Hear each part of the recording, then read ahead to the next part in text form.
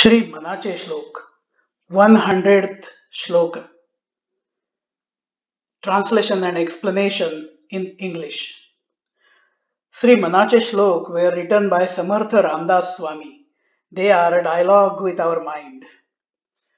Yatha sangare karmate hi ghade na ghade karmate punya gathi pade na दया पाहता सर्वभूती असेना फुकाचे मुखी नाम तेही वसेना.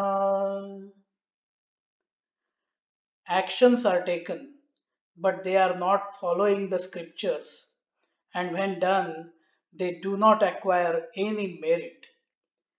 Compassion is not there for all living beings. In spite of being completely free, the mouth is not even reciting God's name. Here is the explanation of this shloka. Samartha Ramdas Swami is giving the characteristics of those who do not do anything correctly and cannot devote themselves to God also.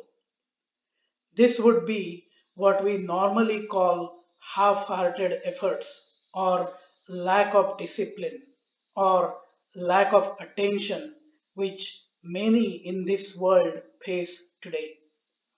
Yatha Sang means in full accordance with the scriptures. When we consider any action we do, are we doing it as prescribed, as directed, as expected? In order to receive full spiritual merits of our actions, it should be done with full focus, full attention, as prescribed, and as we say, exceeding the expectations. When the actions or work we do is with the intention of getting some benefits out of it for ourselves, then it is called sakama karma. There are desires built into it. This is where our senses are taking over us. The work which results in spiritual merits is always done for the benefit of others, the benefit of God. It is called Nishkama Karma. In the Bhagavad Gita, chapter 3, which is about the Karma Yoga, Lord Sri Krishna explains how this should be handled in the shloka number 34. Indriyas indriyasyarthe ragadveshau vyavastitau tayorna vashama gacche tau yasya paripanthinau. It means the senses naturally experience attachment and aversion to the sense objects, but do not be controlled by them, for they are waylayers and foes. Swami Mukundananda explains this further as below.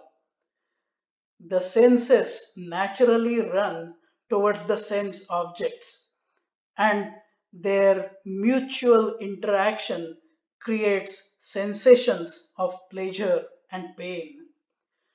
For example, the taste buds experience joy in contact with delicious foods and distress in contact with bitter foods.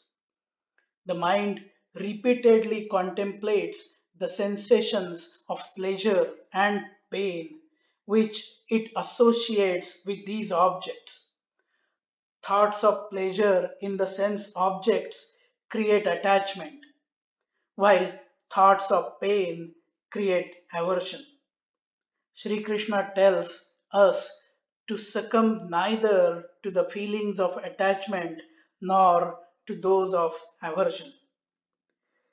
In the discharge of our worldly duty, we will have to encounter all kinds of likable and unlikable situations. We must practice neither to yearn for the likable situations nor to avoid unlikable situations. When we stop being slaves of both the likes and dislikes of the mind and senses, we will overcome our lower nature. And when we become indifferent to both pleasure and pain in the discharge of our duty, we will become truly free to act from our higher nature.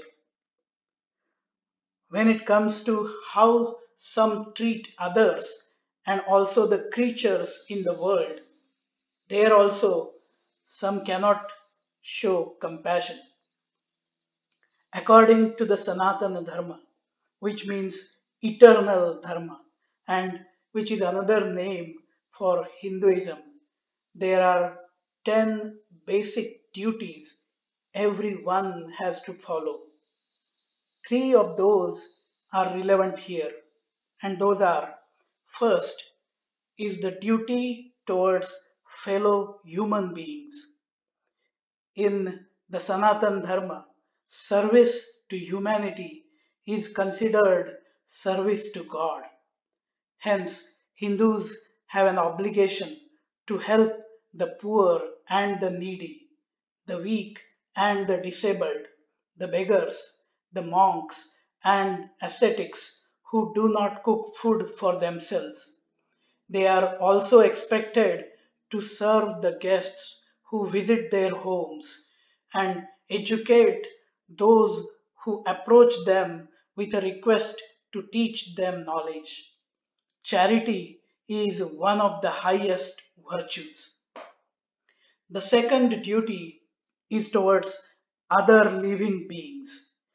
In Hinduism, the followers have an obligation to show compassion towards all living beings, practice non violence, and avoid harming and hurting anyone except in self defense. They are expected to nourish them within their means and help them survive and flourish. In Hinduism, animals are not only treated with consideration but also traditionally worshipped. The third is the duty towards other faiths. It is the duty in Hinduism to practice their faith but not to unsettle the minds of those who do not practice it. They are expected to show restraint and friendliness in dealing with people of other faiths and live in harmony with them. Hinduism clearly affirms that the paths to God are many and all paths lead to Him only. Samartha Ramdas Swami reiterates again that for those who do not devote themselves to God, it is even tough for them to chant the name of God in spite of being completely free and available to all. In this shloka, he is showing our minds how we should do our actions, work, live in this life, and devote to God by showing the exact opposite of that and how some struggle in their basic duties. यथा सांगरे कर्म ते ही घडे ना घडे कर्म ते पुण्य गाठी पडेना दया पाहता सर्वभूती असेना फुकाचे मुखी नाम ते ही वसेना. If you liked this explanation, feel free to like, share, comment, and subscribe to the channel A Dialogue with Our Mind. जय जय रघुवीर समर्थ